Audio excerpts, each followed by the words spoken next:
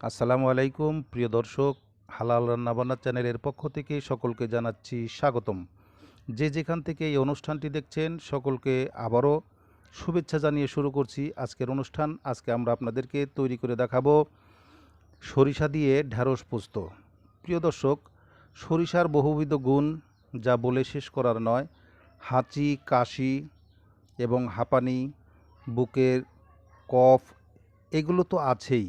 তাছাড়া ঢ্যাঁড়সে আছে কোলেস্টেরল কমিয়ে দিবে, খারাপ কোলেস্টেরলগুলো ব্রণ তৈরিতে গর্ভাবস্থায় সাহায্য করবে, ত্বকের বিষাক্ত পদার্থ দূর করে, শ্বাসকষ্ট প্রতিরোধ করে, ত্বকের কোলন ক্যান্সারের ঝুঁকি কমিয়ে দেয়, অ্যান্টিঅক্সিডেন্ট তৈরি করে দেয়, হজমে সহায়তা করে, চুলের যত্নে কন্ডিশন এবং খুশকি দূর করে, বিষণ্ণতা দূর করে, দুর্বলতা কমিয়ে দেয়, অবসাদ কমিয়ে দেয়, দৃষ্টি ভালো রাখে, ক্যারোটিনের অভাব দূর করে দেয়, ভিটামিন এ, নিউটন যা চোখের গ্লুকোমা, চোখের ছানি প্রতিরোধে সহায়তা করে।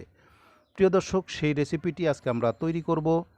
প্রিয় দর্শক, আমাদের চ্যানেলটি ভালো লাগলে আপনারা সাবস্ক্রাইব করে রাখবেন এবং অন্যজনকে দেখার জন্য শেয়ার করে দেবেন।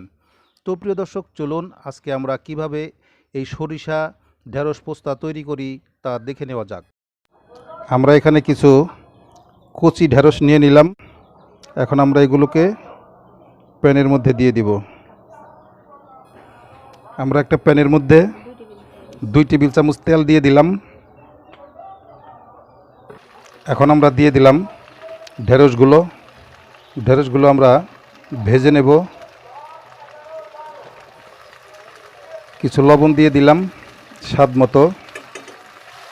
মাঝে মধ্যে এভাবে একটু নাড়াচাড়া করে দিয়ে নিতে হবে যাতে ঢেঁড়সটা ভালোভাবে সেদ্ধ হয়ে যায়। এই জন্য দর্শক, এখন আমরা দিয়ে দিব পেঁয়াজের কুচি 1 কাপ পরিমাণ,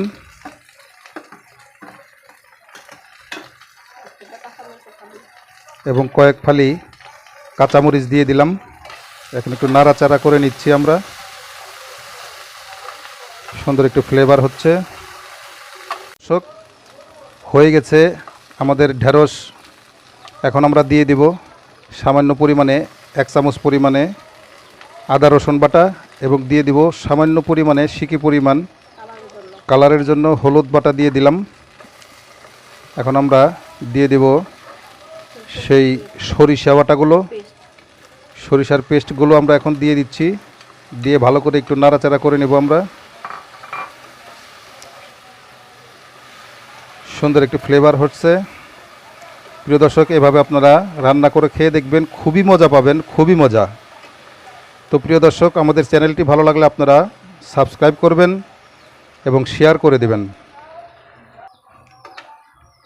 এখন আমরা সামান্য পানি দিয়ে দিব। সরিষার পানিগুলো ধুয়ে দিলাম। এখন আমরা একটু ভালো করে কষিয়ে ঢেকে ঢেকে কষিয়ে নিতে হবে, তারপর উপস্থাপন করে দেখাবো ইনশাআল্লাহ। দর্শক, হয়ে গেল আমাদের সর্ষে ঢেঁড়স।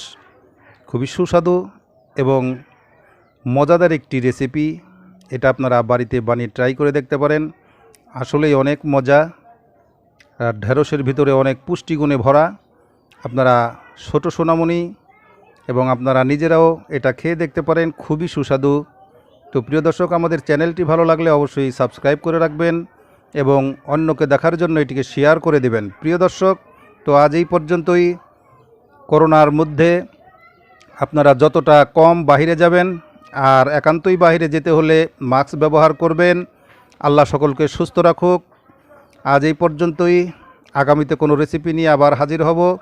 সেই পর্যন্ত আল্লাহ হাফেজ। আসসালামু আলাইকুম রহমতুল্লাহ।